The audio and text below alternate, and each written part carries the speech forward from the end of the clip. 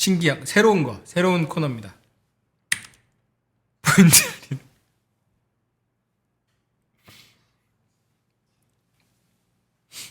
죄송합니다. 상상력이 부족해가지고 생각하다가 다음에 바꿀 수는 있어요. 근데 이제 R 포인트는 저작권이 저쪽에 있어가지고 포인트 R로 바꿨어요. 미안해요. 어떻게 그 사실 뭐 이만한 게 없더라고요. 그래서 포인트 R로 돈 달라고 하면 뭐 줘야 되나? 회사 쪽에서 그 한 칸만 낮추겠습니다. 소리 들어갔죠? 네, 그렇지만 하지만 뭐 네, 잘 쓰겠습니다. 감사합니다. 알상무도 그냥 쓰잖아요, 그죠? 알상무를 그냥 쓰는 거에 대한 뭐랄까 항의가 좀 있습니다. 이제 상무가 아니지 않냐? 그리고 그거는 이제 축가 친구들에서 알상무지 않냐? 근데 뭐 제가 하나 변명을 드리자면 정식 상무는 아니었고요. 그리고 이제 그 옛날에 그 김도환 나오는 거 보면 뭐 신상사라고 있습니다. 신상사. 동대문파인가? 그분이 상사는 아니잖아요. 저작했는데 그냥 쓰잖아요. 저도 좀 비슷한 게 아닌가. 심지어 우리 사장님도 슈카 형도 식빵 형이랑 할 때 슈카 했잖아요. 그냥 쓰잖아, 그죠? 뭐 나도 그냥 선배를 따라하는 거다. 그게 뭐 중요하겠습니까, 그죠? 영화로 시작해야죠. 네, 영화로 시작하겠습니다. 제가 한 번 언급했을 텐데 There Will Be Blood라고 굉장히 길고 굉장히 난해하고 굉장히 불편한 영화 있습니다. 2007년에 만든 영화들이 주로 그래요. 왜냐면 2007년까지는 호황이었거든요. 돈이 많다 보니까 잘 안 팔리려고 해도 돈을 많이 쏴줬어. 2000년 초에 그래서 문화적으로 90년대 말 2000년 초에 문화적으로 풍성한 작품들이 많아요. 근데 금융위기 이후로 재미없는 게 많아. 넷플릭스가 자꾸 하면서 재미없는 게 많아. 어쨌든 There Will Be Blood라고 굉장히 상도 많이 타고 저는 좋아하는 영화입니다. 한 두세 번 봤는데 불편하긴 합니다. 불편하긴 한데 제가 왜 가져왔냐? 국장의 피가 막 낭자해서 그런 건 아니고요. 여기에 보면 미국을 잘 설명하는 영화거든요. 미국 상 줄 때도 아카데미나 이런 거 줄 때도 우와 이게 되게 미국을 잘 표현한 것 같아. 그래서 연기도 잘했지만 다니엘 데이 루이스가 했는데 주인공 상을 많이 받았어요. 요거 보시면 이게 석유 시축인데 이제 십자가를 달았잖아요. 이게 상징적으로 보여주는 건데 두 명이 나옵니다. 잠깐 다음 페이지 볼게요. 두 명이 나오는데 데니얼이라고 석유 시추업자, 석유 옛날에는 석유를 이렇게 약간 무식하게 했어요. 구멍을 뚫어가지고 처음엔 이 사람이 시추업자는 아니고 약간 은광 같은 거 캐는 사람이었는데 요게 돈이 되는 걸 알고 1900년대 초에 전 미국 전역을 돌아다니면서 특히 서부 쪽에 석유 시추업을 하는데 또 소리가 나는 것 같아서 올리도록 하겠습니다. 이 사람하고 이 일라이라고 이름도 딱 봐도 일라이니까 어떤 느낌이 나죠. 이분인지 그 개척교회 목사 같은 분이에요. 근데 약간 사이비 느낌이 나. 어쨌든 이 둘하고 서로 상호작용하면서 주로 이제 주인공은 데니얼인데 이 사람이 굉장히 억척스럽게 그 석유를 시추해내고 근데 여기 제가 써놨죠. 에너지, 경제력, 탐욕, 승부욕, 욕인데 잘못 썼네요. 지배욕. 에너지, 경제력 나쁜 거 아니죠. 그러니까 이런 얘기를 합니다. 내가 석유를 캐고 석유 캐는 게 사실은 굉장히 불확실한 영역이거든요. 언제 나올지 몰라요. 사실은 지금도 왜 석유 시추가 힘드냐면 뭐 초음파 이런 거 하면 다 나올 것 같지만 안 나와요. 안 나오고 되게 확률적인 게임이거든요. 감도 되게 중요하고 그런데 옛날에 어떻겠어요? 그냥 드립다 파는 겁니다. 지형 이렇게 보고 딱 석유 나올 것 같은데 그걸 하는 이유가 돈 벌려고 하는 게 아니고 그걸 함으로써 내가 이 지역을 다 먹고 정복했다는 느낌 이런 걸 느끼려고 한다라고 하거든요. 굉장히 잔혹해요. 그게 미국인 거죠. 미국이 유럽에서 뭐랄까 좀 낙오자들 또는 도망자들이 가서 미국을 개척하면서 그렇게 할 수밖에 없었던 거죠. 그리고 또 하나의 축이 이 종교, 청교도도 가고 나중에 유럽에서 약간 소수 종파가 좀 많이 가거든요. 미국 쪽으로. 거기 미국에서는 그래서 의외로 종교적 박해가 별로 없었어요. 우리 다 뭐 잘 안 싸워 종교끼리. 그래서 이제 사이비도 좀 많긴 한데 그 두 축이 어떻게 1900년대 초를 형성해 나갔는가, 미국을 어떻게 형성해 나가는 걸 잘 보여줘요. 보시면 미국이라는 신생 국가의 두 코어를 잘 보여줘요. 결국은 뭐 스포를 하자면 어느 한쪽을 살해해요. 하지만 정확히 말하면 살해했다고 볼 수는 없죠. 어쩌면 이제 한쪽이 한쪽을 죽임으로써 이제 구분이 경계가 사라지면서 지금 우리가 알고 있는 미국이 생기는 거예요. 그 야만적이고 거칠고 또는 종교적으로 순수했던 미국이 융화되면서 지금 우리가 알고 있는 좀 깔끔한 이미지의 미국. 지금은 안 그렇지. 사실 80년대, 90년대, 2000년대 초반까지만 해도 미국은 굉장히 강력하고 또 사람들이 풍요롭다 보니까 매너도 있고 그랬었어요. 19112 신고가 가는 거 맞나요, 진짜로? 그런 또 의미가 있네요, 그죠? 어쨌든 이 얘기를 제가 왜 가져왔냐? 미국 내에서 원유와 종교가 가장 잘 결합된 주가 있습니다. 어딜까요? 텍사스입니다. 텍사스. 우리가 알고 있는 그 텍사스. 머스크 형이 있는 텍사스. 텍사스가 경제력으로 미국 내 주 2위고요. 세계 경제 규모, 그러니까 주를 딱 떼면 우리나라보다 위입니다. 지금은 모르겠네. 그러니까 우리 GDP가 많이 올라가서. 어쨌든 원유 가격이 많이 올라갔으니까 그렇겠네요. 텍사스 한 주가 세계 경제 규모, 그러니까 다 떼고 나라라는 거 떼고 미국에 속해 있는 거 빼고 주로 해도 경제 8위예요. 그리고 미국 석유의 40% 이상을 생산합니다. 그 전통 석유 말고도 퍼미안 지대라고 쉐일도 굉장히 많이 나고, 그리고 강한 기독교적 전통이 있는데 어떤 포용적인 기독교는 아니에요. 복음주의라고 조금 빡세. 사람들이 빡세고 총도 다 들고 다니고 약간 개척하려면 얼마나 힘들었겠어요. 게다가 텍사스가 원래 멕시코 땅이었어요. 멕시코 땅이었는데 땅이 워낙 넓고 사람이 없다 보니까 미국 사람들을 받아들였어요. 근데 미국 사람들이 살다 보니까 여기 우리 땅 같아. 그래서 멕시코 사람들을 이제 몰아내고 이제 차지한 땅이에요. 그래서 차지했을 때 미국이 아니고 텍사스라고, 그러니까 정확히 텍사스는 아닌데 따로 독립해서 한 국가가 된 적이 있어요. 7년인가? 10년인가? 그래서 그 국기가 이거예요. 론스타. 별 하나 있는 거. 그래서 텍사스를 론스타라고 부르기도 하죠. 외로운 별, 뭐 혼자 있는 별 이렇게 부르기도 해요.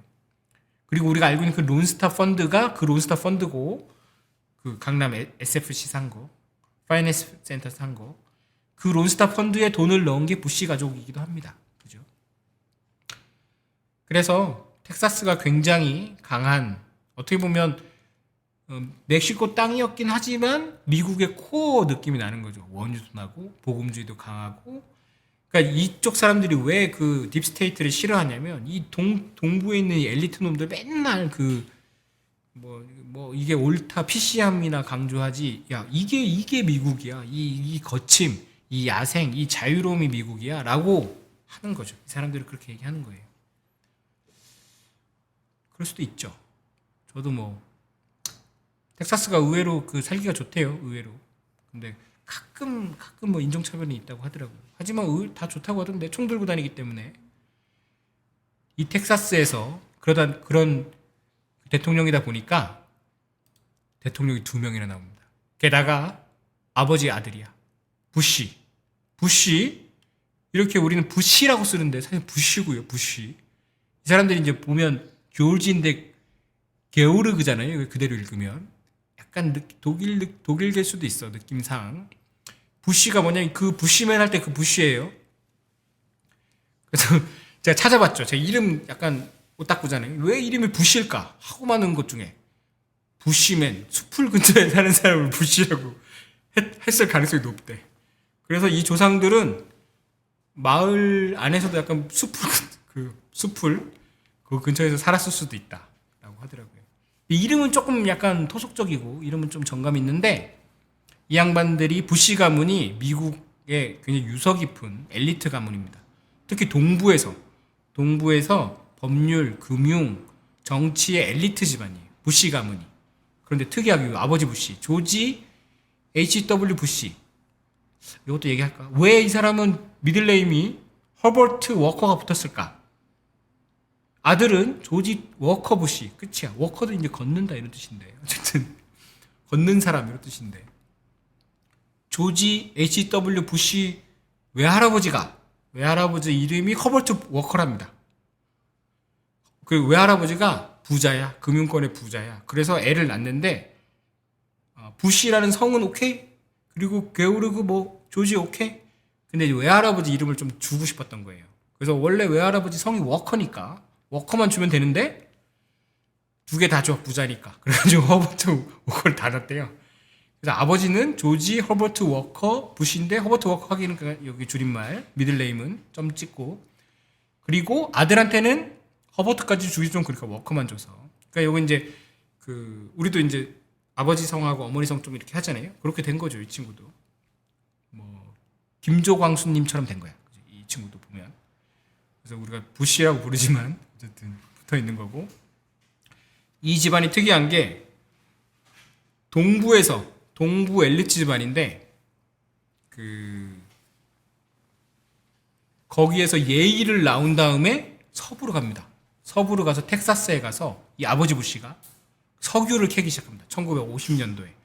그래서 성공해서 이 집안이 특이한 게 원래 기반은 동부 엘리트 집안인데 서부에서 텍사스에서 성공을 한 거예요. 그래서 석유 사업을 잘하고 있고 그러다 보니까 제가 그랬죠. 석유 사업 잘하면 그 석유 사업하고 그 CIA랑 엮여 있다고.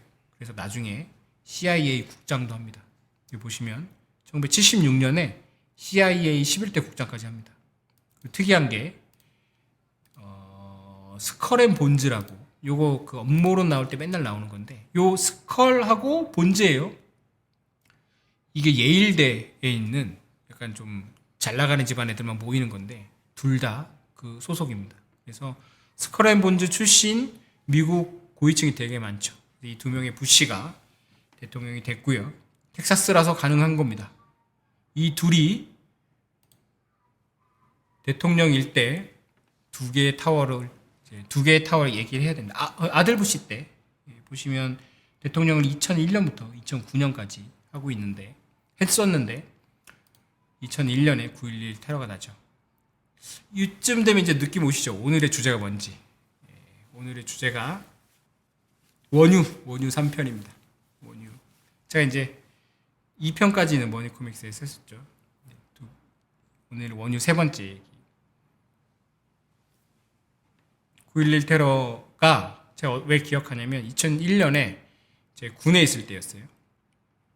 그래서 이거 난 다음에 한 사흘간 비상태세로 신발 신고 옷 입고 자고 그래서 기억나는데 이게 벌써 몇 년이야? 한 20년, 26년, 25년 전이라서 조금 가물가물하고 근데 이게 2000년도에 2000년도 벽두에 일어난 일이라서 굉장히 큰 의미를 지닙니다. 세계무역센터 지금은 없죠. 거기에 여객기 두 대가 각각 충돌해서 이게 나중에 무너져요. 이게 무너지고 옆에 있는 건물 하나도 무너지고. 근데 이제 건물이 무너진 것도 그러니까 어떤 충격적인 일인데 이게 어떤 의미를 갖냐면 사실상 미국 본토가 영국하고 싸울 때 빼고 처음으로 공격받은 거예요. 그죠? 미국은 전쟁을 항상 그 자국 영토 밖에서 해요. 그게 원칙이야. 로마도 그랬듯이. 그래야 피해가 생겨도 덜 생겨요. 하지만 미국 본토의 핵심 뉴욕에 있던 세계무역센터가 무너져요. 공격받아서. 그래서 심리적 충격이 굉장히 컸고 그거를 우리가 생중계로 봤죠. 저도 생중계로 봤어요. 처음에 첫 빌딩에 이렇게 들어갔을 때 첫 빌딩에 충돌했을 때부터 CNN 속보로 계속 전 세계에 그 다음에 두 번째 충돌하는 것도 봤고 무너지는 것까지 봤죠. 굉장히 오랜 시간 걸렸던 것 같은데 제 생각에는 그건 나중에 오사마 빈 라덴이 이끄는 알카에다의 소행이라고 밝혀지죠. 요거 제가 예전에 이름 이쪽 중동 분들 말씀드렸는데 오사마 빈 라덴인데 라덴의 아들 이 어부 같은 거예요. 라덴 아들 오사마. 그래서 빈 라덴은 아니고 오사마라고 불러야 되는데 어쨌든 그냥 빈 라덴이라고 부르니까 그래서 미국이 열받아서 그때부터 그 전까지는 미국이 약간 평화주의처럼 1991년에 냉전이 끝나고 나서 소련이 붕괴되고 나서 미국이 군사력을 별로 안 썼어요. 약간 코소보 내전 이런 때만 빼고. 그런데 그때부터 미국이 전군을 소집한 다음에 전 세계에다가 군을 파병하고 모든 첩보기관을 동원해서 색출합니다. 그 범인을. 그래서 알카에다가 일으켰다는 걸 알고 오사마 빈라덴을 잡으러 아프가니스탄으로 가죠. 문제는 아프가니스탄을 당시 지배하고 있던 게 탈레반인데 탈레반하고 알카에다하고 그렇게 친하지 않아요. 알카에다가 약간 좀 별로 안 친해요. 그런데 이제 아프가니스탄 탈레반한테 미국이 그랬대요. 야 오사마 빈라덴을 넘겨라. 그래서 근데 이제 탈레반이 못 넘긴다 그랬대요. 못 넘긴다는 게 어디 있는지 모르기 때문에 넘길 수 없다 이런 의미였대요. 그런데 그래? 그럼 우리가 잡으러 간다. 그래가지고 전쟁이 났고 금방 지죠 뭐. 아프가니스탄은 그렇게 막 국방력이 뛰어나지 않아요. 그리고 탈레반한테 돈 주고 탈레반 훈련시킨 게 미국 CIA이기 때문에 어디 있는지 다 알아. 그래서 이제 어쨌든 나중에 빈라덴은 한참 후에 이제 암살 당하죠. 어쨌든 아프가니스탄이 점령됐다가 나중에 오바마 대통령 때 그냥 철수하죠. 점령해봐야 소용없는 데입니다. 왜냐면 마을이 띄엄띄엄 있고 그걸 다 이렇게 그 안에 내부에 체계가 없어가지고 점령이라는 의미가 별로 없어요. 아프가니스탄 같은 경우는. 소련도 그래서 옛날에 아프가니스탄 들어갔다가 아프가니스탄을 소련의 베트남이라고 불렀었죠. 그 다음에 2003년에 이라크 전쟁을 합니다. 이라크 전쟁 얘기를 할 겁니다. 이라크에는 알카에다도 없었고 심지어 탈레반도 없었고 당시 이라크는 시아파 정권이었죠. 수니파인가? 수니파 정권이었네요. 후세인 정권이었는데 게다가 사실은 거기는 시아파라고 하기도 좀 그런 어떤 바테당이라고 약간 세속주의적인 데였는데 갑자기 이라크를 전쟁을 쳐들어가죠. 왜 갔냐? 근데 요 얘기는 잠깐 하고 넘어가겠습니다. 사실은 음모론 다룰 때 9.11 음모론을 얘기하기가 되게 껄끄러워요. 왜냐면 사람이 굉장히 많이 죽었고 또 이 음모론을 제기하는 사람들이 좀 한계가 없다 보니까 이게 미국이 기획한 거 아니야? 라는 얘기를 하잖아요. 근데 전 그 정도까지는 아닌데 좀 뭐랄까 방심했던 건 맞는 것 같아요. 그리고 유족들 중에서 아무래도 그걸 납득 못 하시는 분이 여전히 있어요. 그래서 정당하게 요구해요. 여전히 2021년 뉴스인데 이거는 여전히 그 의회가 9.11을 조사하거든요. 근데 그 조사 발표에 대해서 납득 못 하시는 분들이 꽤 있어요. 그래서 저는 좀 밝혀졌으면 좋겠다. 음모론자들을 욕하기 전에 정보를 좀 많이 좀 주면 좋겠다. 그런데 요즘에 이건 밝혀진 건데 의외로 알카에다가 했는데 9.11 테러의 범인이라고 생각되는 19명 중에 15명이 사우디 국적입니다. 사우디아라비아. 특이한 건 사우디아라비아하고 부시 가문하고 친합니다. 제가 아까 그랬죠. 부시 가문이 석유도 하고 그리고 부시 아버지 부시가 CIA 국장이다 보니까 친해요. 그래서 이때 이제 음모론 얘기할 때 저게 충돌이 나고서 무슨 문제가 생겼을 때 같이 있었던 사우디 인사들을 잘 가게 부시 대통령이나 그쪽 사람들이 도와줬다. 그 밑에 이제 딕 체니라고 있는데 그분도 석유 산업이랑 많이 연관돼 있거든요. 그런 음모론이 있어요. 근데 아직 모르겠어요. 이거는 몇 년 안 지났잖아요. 2001년이니까 20년밖에 안 지나서 케네디 대통령 자료도 지금 잘 안 나오거든요. 그러니까 요건 이제 우리 죽을 때쯤 나오지 않을까 그런 생각을 하는데 어쨌든 다시는 이런 일이 없었으면 좋겠고요. 그런 의혹이 있다는 말씀드려야 될 것 같아서 두 개의 탑이 이런 식으로 무너졌죠. 그리고 나서 텍사스에서 2명의 대통령 그리고 두 개의 탑이 무너졌고 두 번의 전쟁이 있었습니다. 아버지 부시 때 91년에 걸프 전쟁이 있었어요. 기억나실지 모르겠지만 저는 이때 이제 희미하게 기억납니다. TV에서 가끔 했던 거. 91년에 최초로 TV로 전쟁이 이제 거의 실시간으로 베트남전은 실시간까지는 아니고 컬러로 이제 중계된 거고 걸프 전쟁은 CNN이 들고 가서 실시간으로 중계한 건데 1991년에 걸프 전쟁이 뭐냐면 미국을 비롯한 연합군이 쿠웨이트를 점령했던 이라크군을 몰아낸 걸 걸프 전쟁이라고 불러요.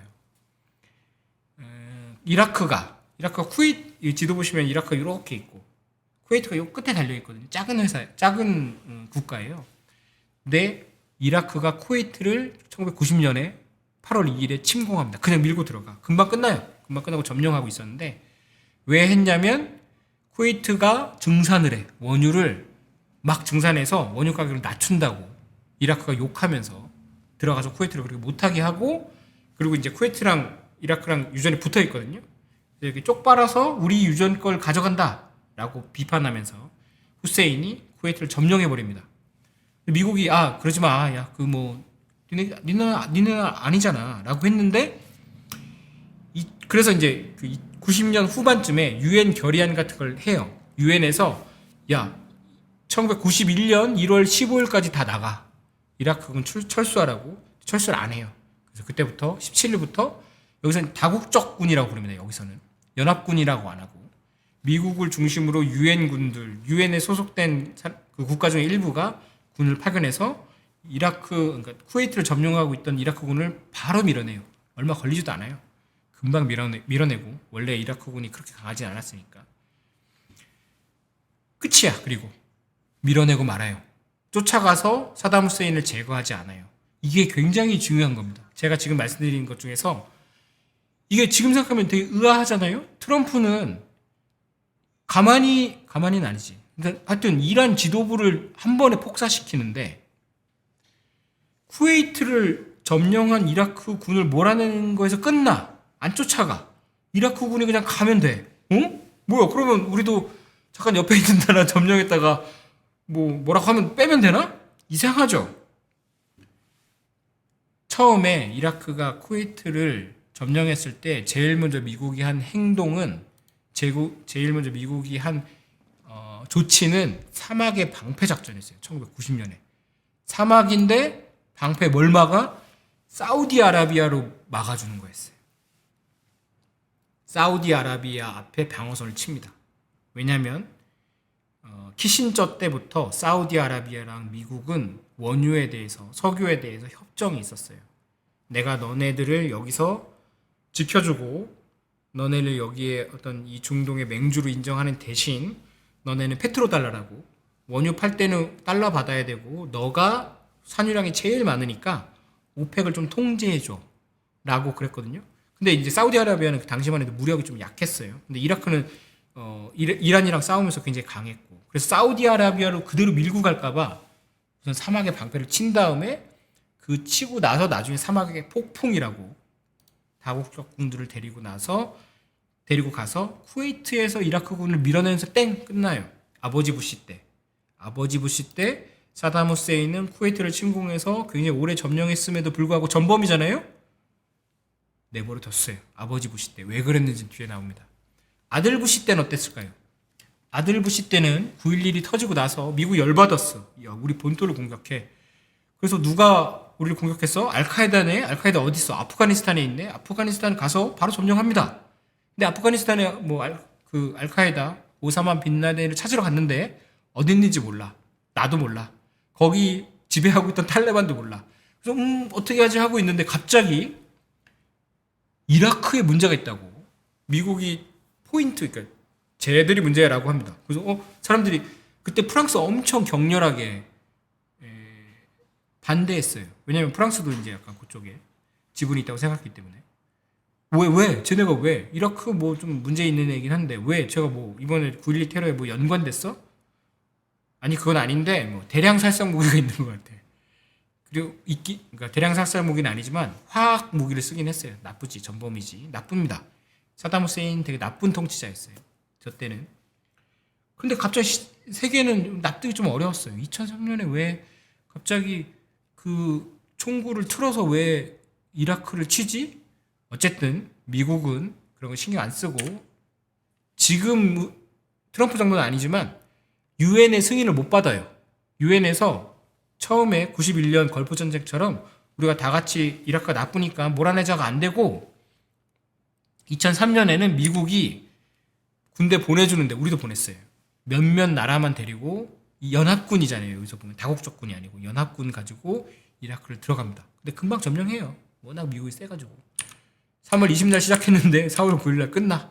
그리고 후세인은 도망가고. 그래서 사람들이 이 전쟁을 좀 미국 내에서도 조금 부끄러워한다고 그럴까? 명분이 약해. 콜린 파월이라고 있는데 그 사람도 유엔에서 당시 국무장관이었는데 유엔에서 이라크가 그 대량 살상 무기가 있어요. 그래서 우리가 가야 돼요라고 설득하는 역할을 했었어요. 근데 대량 살상 무기를 못 찾았어요. 끝까지 못 찾았어. 전쟁이 다르죠. 이 전쟁은 그러니까 이라크가 들어온 후세인한테 그냥 야 니네 집으로 가라고 한 거고. 안 바꿨네. 죄송합니다. 네, 바꾸도록 하겠습니다. 2003년의 이라크 전쟁은 후세인을 잡으러 들어간 거예요. 후세인을 잡고 이라크를 엉망진창으로 만든 시스템을 다 파괴하러 들어간 거야. 아버지랑 아들이랑 기질이 다른 걸까요? 다음 걸 보면 합니다. 2003년에 맞아요. 2003년에 왜 이라크를 칠 수밖에 없었냐면 후세인이 1991년에 쿠웨이트를 침공했다가 몰아내지죠. 다시 돌아온 다음에 유엔 제재를 받습니다. 지금 북한처럼. 북한보다 좀 약하긴 하지만 어쨌든 달러도 좀 거래하기 힘들고 원유도 수출하기 좀 어렵고 제재를 받는 동안에 후세인이 지금 북한처럼 나한테 우호적인 애들이랑 편을 먹습니다. 중국 여기 보시면 중국, 러시아, 프랑스, 베트남이죠. 중국 석유 천연가스 집단공사 길어 시노팩 이렇게도 부르는데 여기랑 이라크에 있는 유전을 개발하는 계약을 맺습니다. 이전까지 중국은 중동하고 계약을 한 건도 못했고 수단이나 아프리카 같은데 수단이나 되게 외진 지역들에서는 계약을 했는데 처음으로 중국하고 그러니까 중동에 있는 국가하고 유전 개발 계약을 맺습니다. 97년에. 근데 문제는 이제 그때도 유엔 제재를 받고 있을 때라서 그걸 이제 실행하지 못해요. 왜냐면 장비를 못 갖고 들어가니까. 어쨌든 계약은 했어. 약간 가계약 같은 거예요. 그런데 2001년, 2002년 되면서 약간 세상이 좀 온화해져. 그리고 2001년부터 이제 원유 가격이 조금씩 올라가요. 근데 아깝잖아. 이라크에 이렇게 수출 안 되고 있는 원유가 아까운 거예요. 세상이. 그래서 유엔 제재가 조금씩 풀리기 시작합니다. 게다가 프랑스랑 러시아 둘 다 그 상임 5개 상임위국이에요. 그러니까 좀 제재가 풀랑 말랑 하고 있을 때였어요. 그러면 제재가 풀리면 이라크에 중국이 자기 장비를 가지고 가서 또는 사람들이랑 가서 거기서 유전을 개발하게 되는 거예요. 미국이 당시 중국의 세계화 이런 걸 좀 많이 도와주고 있고 그리고 거기서 많이 이득을 얻고 있었지만 그 꼴은 못 본 거죠. 그래서 이라크에 들어가서 후세인을 제거합니다. 후세인 제거하러 들어간 거예요. 근데 이건 이제 정설까지는 아니지만 대부분 다 인정하는 거예요. 그 이후로 2000년대 초에서 2010 그때까지 중국하고 무슨 계약하는 나라가 없습니다. 후드를 팬 거예요. 제일 약해 보이고. 근데 이제 문제는 있었지. 이라크를 없애니까 이란을 지키고 있던 이라크가 없어지니까 이란이 갑자기 득세하기 시작하고 이라크 어떤 지휘부가 있었을 거 아니에요. 군인들 이 사람들이 다 이제 해체되거나 핍박당하거든요. 그 사람들이 나가서 군사화된 게 ISIS예요.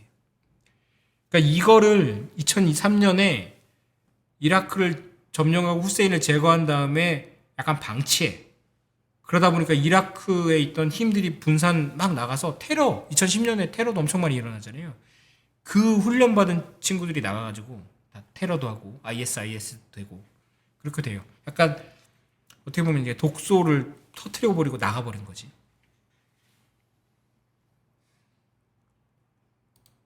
그래서 블랙 스파이스 3 시기가 요건 제가 제 임의대로 구분한 건데 2000년부터 2010년까지가 원유의 세 번째 국면이다라는 저는 생각하고 아까 말씀드렸죠. 2003년 요때 이라크전이 일어나요. 2003년 4월에 그때가 여기입니다. 옛날에 90년도에는 원유가 1배럴당 20달러가 안 되는 경우도 많았어요. 지금 뭐 70달러, 100달러까지 갔죠. 이게 원유 WTI 현물 장기 시계열 차트예요. 보시면 이때가 최고점이 2008년 6월이에요. 지난번 이란하고 싸울 때가 아니고 현물 가격 최고점이 2008년 월간으로 6월이에요. 2008년 금융위기 바로 직전이 원유 가격이 제일 높았어요.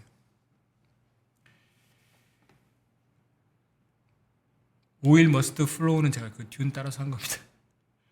그래서 아까 제가 김열매님이 원유 하셨다고 그래가지고 제 건데 2000년도가 어떤 시기였냐면 제가 국어학번이니까 2000년도 초반 되게 좋은 시기였습니다. 2002년 우리나라 월드컵도 있었고 2008년에 금융위기 나기 전까지는 좋은 시기였어요. 그런데 왜 좋았냐면 이 책 한 권이 그거를 설명합니다. 핫 커머디티라고. 핫 커머디티스죠. 제가 약간 우리나라에 맞게 썼고 짐 로저스라고 워렌 버핏하고도 일하고 소로스하고도 일하셨던 걸로 알고 있는데 이분이 2005년에 이 책을 내는데 2004년에 사실 미국에서 발매되고 쓰기 시작한 건 2002년, 2001년이에요. 커머디티의 시대가 왔다. 커머디티가 이제 원유, 금, 구리 이런 것들거든요. 상품? 그동안 주식시장, 채권 시장이 아니고 커머디티의 시대가 왔다. 이 책을 2004년에 냈는데 보시죠. 커머디티를 어떤 대표한다는 원유 가격이 2004년이 한 40달러. 근데 2008년 4년 만에 4310이니까 3배 이상 올라갑니다.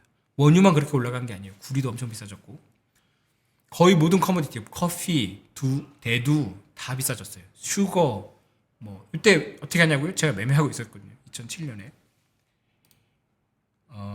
근거가 뭐냐? 왜 커머디티가 왜 비쌀 거냐고 얘기했냐면 중국이 들어왔어요. 중국이라는 엄청난 수요 시장이 들어왔고 중국이라는 엄청난 공장이 생겼어. 그래서 커머디티 그동안은 우리가 90년도에는 약간 좀 침체돼 있었죠. 1991년에 소련이 붕괴되고 나서 좀 90년도는 좀 뭔가 평화와 화합이고 저물가에 저유가에 그냥 좀 크리스마스가 즐거운 크리스마스가 1990년도가 제일 재밌었어요. 뭔가 포근하고 사람들도 안정감이 있었고 그러다 우리가 97년에 외환위기가 또 왔지만 그런 시기가 지나고 중국이 본격적으로 2001년에 WTO에 가입합니다. WTO가 지금은 약간 유명무실해졌지만 그 전까지 중국은 자유무역의 시스템이 없었어요. 그런데 99년에 WTO에 가입하려면 WTO 회원국이 있을 거 아니에요? 그 안에서 각각의 회원국들하고 하나하나 얘기를 해야 돼요. 근데 미국이 그동안 버티고 있다가 미국이 99년에 드디어 합의를 해줍니다. 오케이? 너 들어와도 좋아. 그리고 2002년이나 걸렸지만 어쨌든 99년부터 커머디티가 달리기 시작해요. 2000년, 정확히 말하면 2000년부터. 그리고 2002년에 우리나라가 월드컵을 한 거고. 그래서 중국이 WTO에 가입하면서 물가가 낮아져요. 왜냐면 싸게 막 만드니까. 그렇지만 싸게 많이 만들다 보니까 커머디티 가격이 올라가요. 제일 좋은 시기였죠. 커머디티 가격이 올라가도 우리가 구리를 쓸 일은 없잖아요. 우리가 쓰는 컴퓨터나 이런 것들이 계속 싸지는 시기.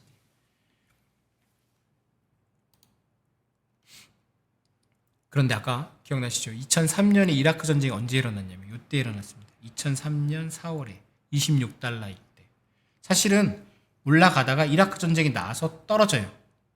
그런데 거기서 이라크 전쟁을 함으로써 후세인을 제거하면서 그 원유 생산을 다시 정상화 돌리고 중동에 대한 컨트롤을 미국이 쥐면서 원유 가격이 쭉 20달러에서 쭉 거의 안 쉬고 월간으로 이때 잠깐 쉬거든요.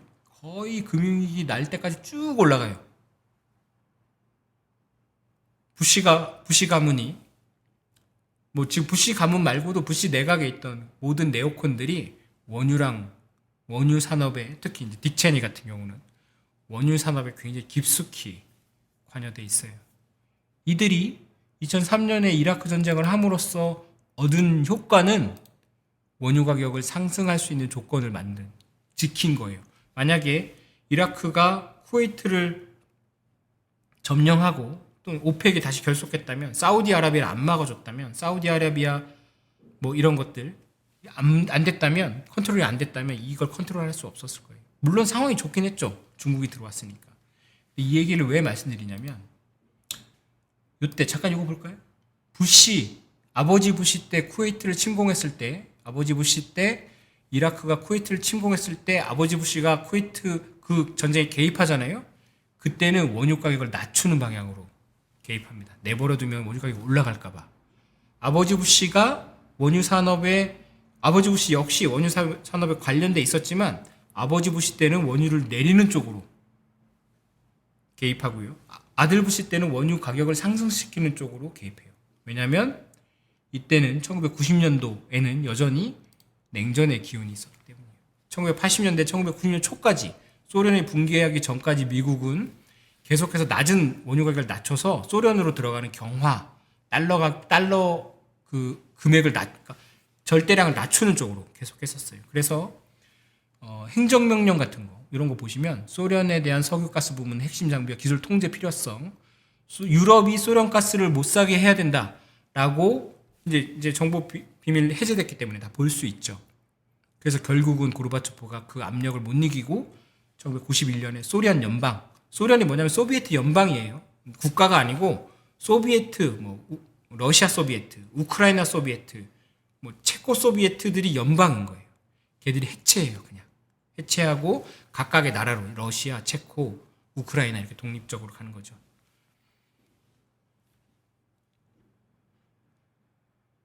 뭔가 느끼게 좀 느끼시지 않아요? 원유라는 우리가 모두가 쓰는, 전 인류가 쓰는 어떤 가장 기본적인 베이스가 되는 커머디티를 컨트롤하고 있는 거예요, 사실상. 그죠? 이게 시장 조작이라고 비판할 수가 없는 게, 주식은 뭐 잘 모르겠어. 환율은 잘 모르겠어. 하지만 커머디티는 어쨌든 컨트롤하고 있는 거예요. 똑같은 배경을 가진 아버지와 아들이 각각 다른 식으로 개입하는 거예요. 그래서 블랙스파이스 2 지난번에 예전에 한 1년 정도 해드렸을 거예요. 그때 보면 왜 그 이라크전, 걸프전이 일어났고 그때 원유의 그 핸들을 컨트롤을 쥐고 있었던 게 누구냐? 정확히 그때는 미국이었어요. 미국이 관련하고 있고. 그래서 원유 관련해서는 저는 이렇게 파악하고 있습니다. 사람마다 다른데 1기, 2기, 국면이죠. 이제 기라고 하긴 그렇고. 첫 국면이 73년 오펙이 형성되고 1990년도까지 오일 쇼크도 나고 오펙이 막 위세 부릴 때. 그런데 오일 쇼크를 겪다 보니까 사람들이, 그러니까 전 세계가 이거 좀 아껴 써야겠다 그래서 아끼고 다른 데서 원유를 캐기 시작해요. 해상에서도 캐고. 그러면서 90년부터 2000년도까지 저유가가, 그리고 이제 1986년에 사우디가 갑자기 급증산을 해버려요. 그래서 거기서 원유 가격이 폭락해요. 그거는 미국이 시켰다라는 음모론이 있죠. 어쨌든 90년대 우리나라가 굉장히 해피했던 시절, 해피해서 IMF 가는 것도 몰랐던 시절, 1990년도, 2000년도까지는 저유가, 환율도 그때 좀 낮았던 것 같아요. 그런데 2000년도부터 아까 보셨죠? 원유 가격이 폭등하고 그 이후에 2010년도부터 셰일가스가 나왔죠. 셰일가스가 본격적으로 나온 건 2012년, 14년인데 다음에는 아마 바로 다음 시간 아니지만 다음 적절한 때는 셰일가스가 나온 세상, 그리고 저는 이번에 이란하고 미국하고 싸운 이란 전쟁 이후의 세상을 기획한다고 다 되는 건 아니죠. 하지만 원유 가격, 제가 말씀드리고 싶은 건 원유는 수요 공급으로 결정되죠. 하지만 수요 공급을 컨트롤할 사람이 있어요. 하는 사람들이 있어. 왜냐하면 원유마저 아무도 컨트롤 안 하는 세상은 더 무서운 세상인 거예요. 그죠? 이걸 우리가 자유시장 경제 살고 있지 않다는 걸 인정해야 돼요. 그런 영역도 있다는 걸 인정해야 돼요.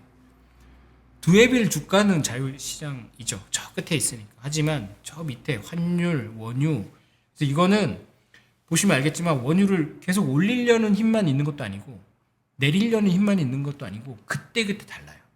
그러면 지금 원유 가격을 예상하려면 그 힘들이 어떻게 작용하고 있는지 알아야겠죠. 그죠?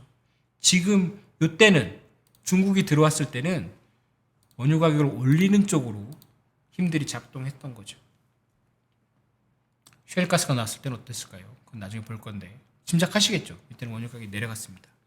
그리고 이번에 이란하고 미국하고 싸우기 전에 원유 가격에 대해서 우리가 별로 얘기 안 했죠. 물가에 대해서 얘기 안 했어요. 그런데 이란하고 싸우면서 원유에 대한 시선이 달라졌어요. 그죠? 그게 70달러로 내려갔다고 해서 우리가 지금 원유 가격이 너무 낮아졌네라고 그렇게 생각하지 않아요. 그러니까 지금 2026년에 원유 얘기는 안 하지만 원유 얘기는 이제 많이 하지만 크립토 얘기는 안 하죠 또. 그래서 좀 세상이 달라지고 있다라는 말씀을 드리고 싶고요. 아까 김열맨님 말처럼 아마 제 생각에는 여기가 블랙스파이스 5번째 국면이 칩 워하고 겹칠 거예요. 사실은 중국이 해외에서 다른 나라의 유전 같은 걸 생산하는데 못 가게 하려고 노력을 했는데 실패했어요. 지금 중국이 굉장히 많은 나라에서 유전을 개발하고 있고 잘하고 있어요. 게다가 중국이 셰일 원유는 못 캐도 셰일 가스는 잘 캐고 있어요. 시간의 문제예요. 제가 볼 때는 2000년 초반에 부시 정권은 그걸 막을 수 있을 거라고 생각했어요. 전쟁 같은 걸로. 그런데 또 정권이 바뀌죠. 오바마 때는 그렇게 막지 않았어요. 왜냐면 원유 가격이 너무 높으니까 중국이라도 와서 캐주기를 바랬던 거예요. 그리고 중국이 소비를 많이 하니까. 그래서 못 막았어. 그래서 어느 순간 제 생각도 아니죠. 여러 박사님들께서도 늦어도 2017년, 2015년부터 미국이 중국이 첨단 산업까지 가져가면 안 되겠다라고 생각해서 그때부터 견제하고 트럼프가 되게 본격적으로 2016년부터 본격적으로 칩에 대한 어떤 제한을 걸죠. 그게 우리가 지금 경험하고 있는 메모리 반도체 호황의 시작이에요. 그렇게 치면 이 칩워의 어떤 양상에 따라서 우리가 지금 주가, 제가 그랬죠. 지금 가장 중요한 게 메모리 반도체가 끝났는지 안 끝났는지를 판단해야 된다. 근데 그게 어닝이 꺾이는 게 아니고 이 힘들이 어떻게 움직이는지, 왜 젠슨왕이 맨날 중국 가는지, 왜 애플이 중국 반도체를 쓰겠다고 하는지를 생각해야 되는 거죠. 그죠? 왜 약간 미움을 받으면서 젠슨왕이 계속 중국 가고 중국에 우리 칩을 줘야 된다고 주장하는지, 어쩌면 엔비디아랑 젠슨왕이랑 애플은 이 전쟁에, 이 어떤 칩워의 전쟁의 결과가 원유처럼 미국이 못 막을 거라고 생각하는 걸 수도 있어요. 그러면 돈 벌 생각하면 창신 CXMT가 상장하죠. 그럼 그걸 사는 것도 약간 AI로 가는 길에 약간 포트폴리오 다변할 수도 있습니다. 그죠? 그러면 만약에 누군가 이제 돈 많은 헤지펀드가 이런 생각을 했다고 쳐요. 그럼 샌디스크를 좀 줄여야겠네? 라고 할 수 있죠. 그죠? 그리고 걔들은 뭐 중국 주식 살 수 있잖아요. 돈밖에 모르는 친구들은. 그래서 상신 메모리 상장했을 때 어떻게 될지 고민해봐야 되고, 그리고 중국 쪽 반도체 상황 반도체 산업 상황 잘 봐야 되고, 그래서 어쩌면 우리도 이런 위기감 때문에 이번에 대규모 투자를 얘기한 걸 수도 있습니다. 미국은 이 칩워에서 승리하려고 굉장히 많은 연구가 있어요. 그래서 결국은 마이크론하고 인텔, 옛날에 만들던 친구들을 다시 가동시켜서 이 친구들이 만들 때까지 우리가 도와줘야 된다 라고 하는 게 미국 정부 입장인데, 생각만큼 잘 못 만들어. 그죠? 한국 애들처럼 빠릿빠릿하게 움직이지가 않아. 그래서 만약에 실패하면 원유는 다시 미국이 주도권을 줬죠. 셰일로. 근데 이 재가동한 이 어떤 미국의 힘, 칩 쪽의 힘이 못 이기면, 이제 그러면 최강대국이 할 수 있는 선택은 하나밖에 없어요. 진짜 때리러 가는 거지. 전 그게 안 일어났으면 좋겠어요. 차라리 그게 일어나면 이제 둘 중에 하나잖아요. 대만 아니면 한국이잖아. 둘 다 안 좋아. 둘 다 우리한테 안 좋다고요. 이거 이제 큰 얘기 하는 겁니다. 주관이긴 하지만. 근데 왜 주관인데 지금 이거를 짚어야 되냐면, 당장 다음 주에 반도체가 어떻게 될지 봐야 되니까. 그래서 주말 동안에 애플 말고 다른 친구가 또 나와서 우리도 우리도 중국 반도체 사면 안 될까요? 라고 하거나 창신 메모리가 상장했는데 거기 홍콩 통해서 이거 창신 메모리 이번에 본토에 상장되는 거예요. 홍콩 통해서 돈이 많이 들어가. 근데 뭐 돈을 너네 중에서 뭐 우리가 이렇게 알고 있는 굉장히 거물들도 있어. 그러면 조금 힘든 거예요. 그죠? 게다가 트럼프 요즘 조용하신데 트럼프가 지지율이 더 떨어지거나 그러면 이 싸움은 중국을 배제하고 어떤 새로운 칩 생태계를 미국 중심으로 하고 될 수 있으면 미국에서 그래서 미국에 만들면 돈 준다고 하는 거예요. 미국 정부가 또는 트럼프 정부가 여기 와서 칩 만드는 공장 만들면 우리가 보조금 줄게. 그게 그 미국에 그리고 있는 그림이에요. 우리가 이제 전쟁을 하더라도 우리가 해야 된다. 우리가 만들어야 된다.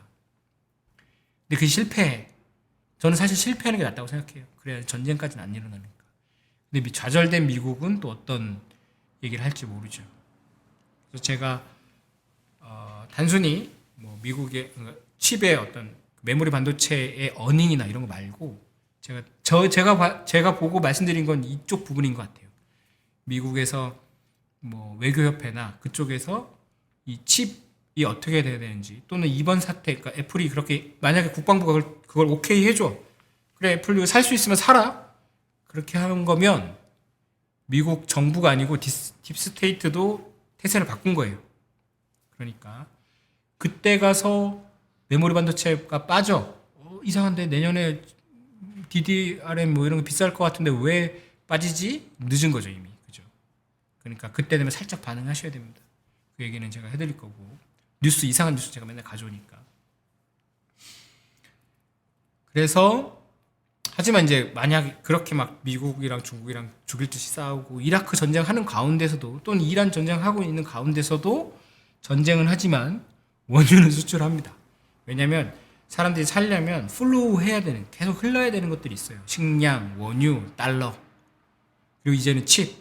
아무리 우리가 미국이 중국이랑 싸운다고 해도 칩을 서로 그러니까 서로 교역하지 않을 수가 없어요. 우리도 마찬가지인 거고. 그래서 싸울 때 싸우더라도 서로 이제 인사는 하자. 제 주의가 그거든요. 싸울 때 싸우더라도 인사는 하자. 완전히 절멸시킬 건 아니잖아. 그죠? 그래서 우리 삶에서 계속 이렇게 keep going, 계속 가야 될 건 있다. 그렇다고 제가 다음 주에 바로 뭐 반도체가 폭락한다 이런 얘기가 아닙니다. 요거를 보면서 가면 좀 길게 볼 수도 있고 좀 참조가 되는 게 아닌가라는 거고요. 그래서 이제 우리 삶도 계속 문법적으로 맞는지 모르겠습니다. 계속 흘러가야 될 것 같고요. 저도 이번에 제가 이제 어느 방송에서 얘기했는데 하루 종일 바다만 봤어요. 하루 종일 아무것도 안 하고 바다만 보고 왔는데 춥더라고요. 생각보다 아직 해수욕은 못할 것 같아요. 하지만 바다 보면서 생각한 게 뭐 계속 그래도 가야 되지 않겠까. 그러니까 뚫고 가는 게 아니고 풀로 이렇게 결 따라서 한번 가보자 이렇게 생각했고요. 여러분들도 힘주지 마시고 제가 볼 때는 힘주시면 안 되는 것 같아요. 저랑 이제 뭐 이렇게 할 때도 이걸 보고 당장 뭘 사야겠다, 뭘 팔아야겠다 이런 게 아니고 그냥 천천히 같이 간다 이렇게 생각하시면 좋겠어요. 그러니까 저도 사실 이거 엄청 처음으로 제가 이제 누군가의 피고용인이 아닌 거거든요. 그러니까 저도 좀 많이 떨리고 저도 많이 막막합니다. 하지만 뭐 안 되면 어쩔 수 없지 이런 생각하고 있거든요. 그러니까 너무 이제 막 욕도 많이 하지 마시고 또는 저는 이렇게 담담하게 얘기하고 같이 공유하고 그랬으면 좋겠습니다. 저도 좋은 거 제가 좋아하는 거 말씀드리면 좋겠고 여러분들께서도 서로 나누고 싶은 거 제가 뭐 어떤 댓글 보고 찡해가지고 한참 사실 밤에 혼자 있다가 어떤 댓글을 봤어요. 근데 봤는데 갑자기 빵 터지더라고요. 그래가지고 한참 이제 후적거렸는데 감사합니다. 네. 응원해 주시는 거 다 알고요.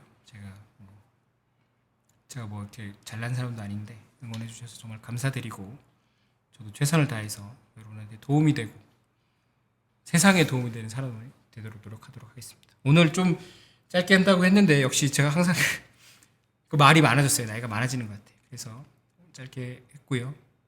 오늘 사실 이제 원유 세 번째 한 거죠. 그래서 좀 이렇게 할 거예요. 원유도 하고 환율도 하고 뭐 제가 보는 뭐 음모론도 이렇게 시리즈로 좀 해서 나중에 두고두고 보실 수 있게 하고 나중에 정리해서 뭐 영상을 편집해서 올리든 아니면 다시 찍어서 올리든 그리고 이제 책으로도 좀 만들고 그래서 좀 하나하나 삶의 흔적을 남기고 가도록 해보겠습니다. 오늘 많이 찾아주셔서 감사하고요. 다음 주에 금요일마다 할 것 같아요. 지금 막 정해진 건 아닌데 금요일마다 해서 다음 주에 더 재밌게 재밌는 내용으로 찾아뵙도록 하겠습니다. 감사합니다.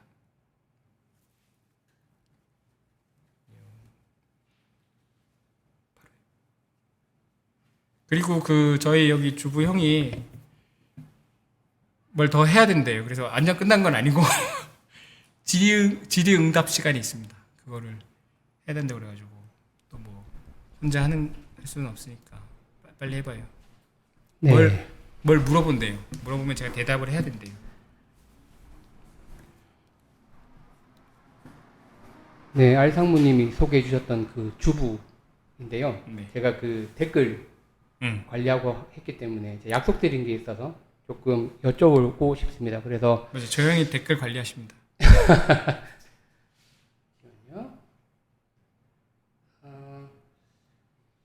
일단 오늘 그 소리 울린다는 피드백 많이 주셔서 다음 네. 주에는 아예 안 울리도록 만들겠습니다. 불편드려서 죄송하고요. 저희 이제 오픈하기도 전에 많이 구독해 주시고 그래서 이제 댓글도 많이 달아주셨는데 그 부분에 저희가 조금 말씀드려야 될 부분이 있는 것 같아서 제가 대표로 알 상무님께 여쭙도록 하겠습니다. 의외로 되게 많이 주셨던 질문이 독립한 게 맞냐? 이게 공식 채널이냐? 그래서 이제 뭐 이런 질문 아까 댓글창에도 엄청 많이 주셨는데 그저 독립하신 거죠? 맞습니다. 이제 슈카 형이 저한테 돈을 안 주시고요. 그러니까 월급을 안 주시고 저는 누구의 지시도 받지 않습니다. 한 분 빼고. 서울대 카르텔이라는데 맞아요. 이 형도 이제 우리과 형이에요. 이상한 사람 진짜 많은 과라고 소문날. 이 형도 진짜 이상한 사람이거든요. 어쨌든 맞습니다. 독립한 거 맞고요. 최초로 제가 말씀드렸지만 최초로 제가 월급을 안 받는 포지션이 됐습니다. 3일 됐습니다. 1, 2, 3 이렇게. 예, 그래서 이게 이제 공식 채널이고 독립한 거 맞고 네. 계속 여기서 이제 저희의 알 상무님의 여정이 이어질 것 같습니다. 그리고 이제 사실 그 이란이랑 미국 전쟁이 막 지금 좀 소강 상태고 별로 이슈가 아닌데 굳이 이제 첫방에 대한 아마 고민 되게 많이 하셨을 것 같은데 굳이 첫방이 원유 이야기인 거에 대한 조금 의아한 점도 좀 있었을 것 같은데 왜 원유 이야기를 첫방으로 잡으신 이유가 있으실까요? 제가 알포인트라는 그 틀 안에서 가끔 원유 얘기도 하고 환율 얘기도 했는데 원유를 이제 쭉 하다가 일정이 많아지고 방송이 많아지면서 원유 오늘 좀 길었잖아요. 이거를 이제 1시간 내내 할 수 있는 그런 편성이 아니었어요. 그런데 뭔가 약간 좀 얘기하다만 느낌. 그래서 이걸 좀 이어갔으면 좋겠다고 생각해서 한 거고요. 사실은 2주에 이번 주에 뭐가 이슈가 될지 이렇게 확 제가 알 수가 없으니까 예전에 알포인트 할 때는 이런 부담감은 없었는데 애니메이션 몇 개 넣었으면 됐었는데 요즘에는 이제 뭐랄까 기대감이 좀 많이 높아지셔가지고 하지만 원유로 뭐랄까 제가 이렇게 혼자 얘기하는 시간을 늘린 이유에 대해서 사실 그래요. 혼자 얘기하는 시간이 굉장히 많이 늘어났잖아요. 그리고 이제 사실 좀 재미는 없어졌잖아요. 그죠? 완성하고 있습니다. 재밌게 다음에 해둘 슈카형처럼 재밌게 할 수 있을 텐데 처음이니까. 그래서 원유로 시작하는 게 이어가는 거죠. 그러니까 저는 사실 그 슈카 친구들에서의 저를 부정하지 않아요. 부정하지도 않고 그것도 저고 저는 사실 그냥 이어지고 있다고 생각하거든요. 그래서 그 과정에서 제가 독립한 그거랑은 별개의 문제고 어쩌면 독립하는 게 훨씬 더 좋은 컨텐츠가 생성될 수 있는 조건이라고 생각했어요. 왜냐면 슈카 친구들의 일정이 있으니까. 그게 나쁜 건 아닌데 조금 저는 사실 시간이 없잖아요. 아시다시피 제가 40대 중반이니까 좀 조바심이 났어요. 그래서 내용적인 면에서 좀 더 충실해질 가능성이 높고 재미를 조금 없어질 수 있다라고 말씀드릴 수 있을 것 같습니다. 근데 네. 너무 말이 많긴 하지. 다음에 40분으로 줄여보겠습니다. 말 재밌으니까요. 그래도 이제 뭐 사실은 제일 핵심적인 질문이죠. 제일 많이 나온 질문이기도 하고 실제로 이제 말씀 못 하시지만 제일 궁금하셨을 내용이 왜 나왔냐? 왜 나왔냐? 그래서 방금 이제 그 방금 설명을 얘기했잖아요. 하긴 하셨는데 아까도 댓글 보니까 뭐 알포인트 할 건데 왜 굳이 나왔냐? 뭐 이런 이제 말씀이 있으셨어요. 그래서 이제 그게 보자면 앞으로의 그 채널의 방향성이랑도 연관이 있는 것 같은데 아까 뭐 중간중간 설명해 주시긴 하셨는데 좀 대놓고 그래서 어떤 걸 하고 싶어서 앞으로 뭘 할 거다 이런 걸 좀 썰을 풀어주시면 저희 미리 구독해 주신 구독자분들한테 도움이 될 것 같습니다. 저는 사실 이제 트레이더 출신이고 헤지펀드 출신이라서 그리고 저는 평생 그러니까 직장 생활 할 때부터 제 일은 제가 책임지는 포지션이었거든요. 애널리스트도 그렇고 트레이더도 그렇고 트레이더들은 이제 돈을 벌면 돼요. 아무리 얘기를 많이 해도. 그리고 문제가 생기면 뭐 주니어 때는 아니었지만 내가 잘리면 됩니다. 그런데 이제 슈카 친구들이 워낙 크잖아요. 그리고 슈카 형이 되게 억가를 많이 당해. 억가라는 말 맞죠? 막 이렇게 여기저기 적이 많아. 그래서 만약에 제가 말 실수를 하면 힘들어져요. 회사가. 그리고 슈카 형도 힘들어지고. 그게 저는 굉장히 힘들었어요. 뭐 옛날에 국민연금 사태도 있었죠 한번. 근데 저도 언젠가는 말 실수를 할 거예요. 그리고 제 뷰가 어쩌면 불편할 수도 있어요. 근데 그게 내가 책임질 수 없는 상황이 된다는 게 조금 맞나? 이런 생각이 들었어요. 그래서 저는 사실 아까 잠깐 말씀드렸지만 이제 막 할 겁니다. 막 할 거고 그 금융계에서 무슨 일이 일어나는지 다 얘기할 거예요. 그냥 몰라. 잡혀가지 않을 정도만 얘기할 거야. 근데 그러려면 혼자 있어야겠죠. 나만 망하면 돼.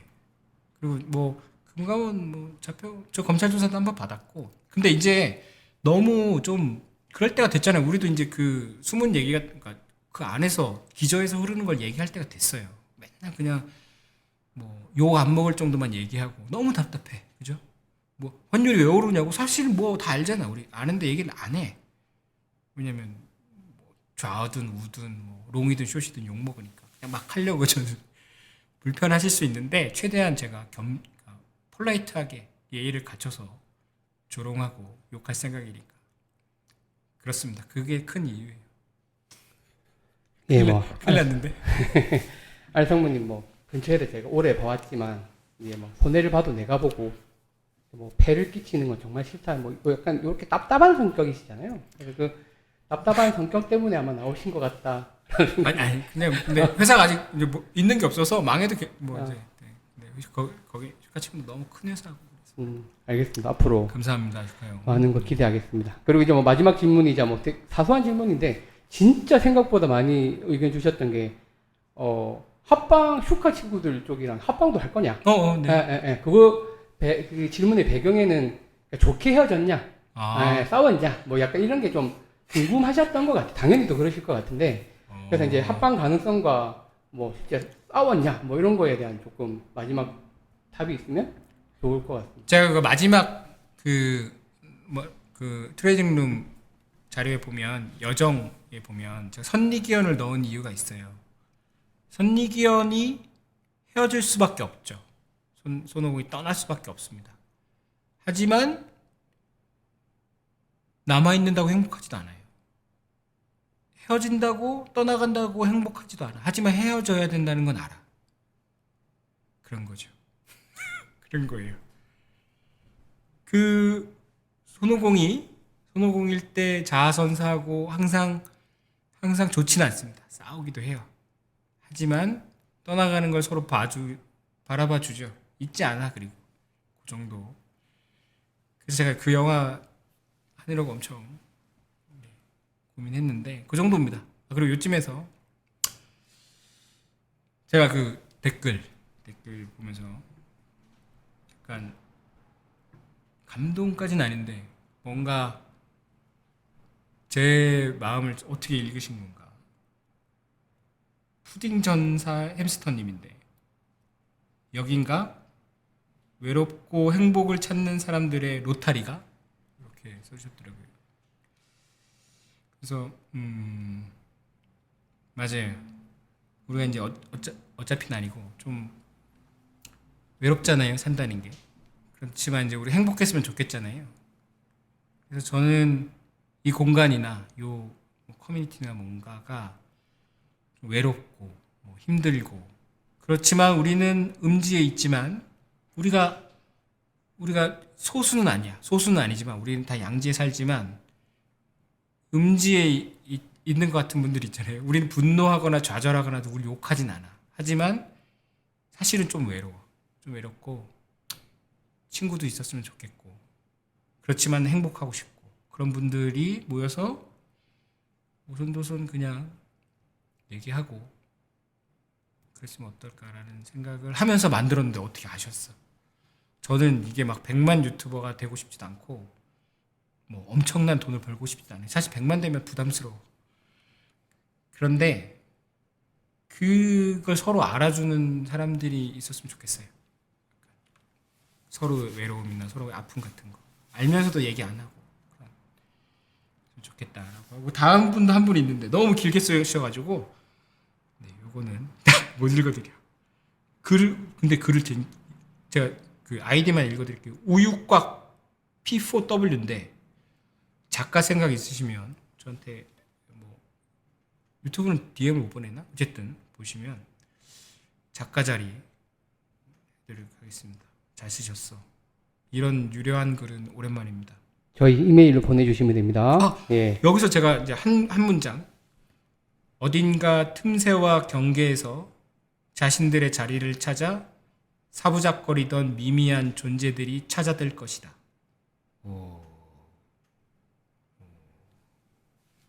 멋있었습니다.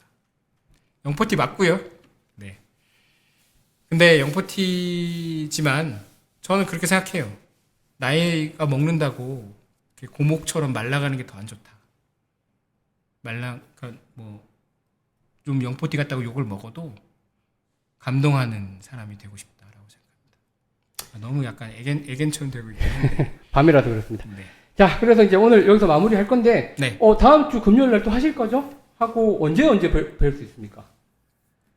우리 안 정했는데요. 안 정했는데, 뭐 오전 시황 그것도 안 정했는데. 안 정했어요. 그러면 다음번 약속은 하나는 해드려야 될까요? 다음 주 금요일. 아니 우리 이것도 간신히 한 거잖아요.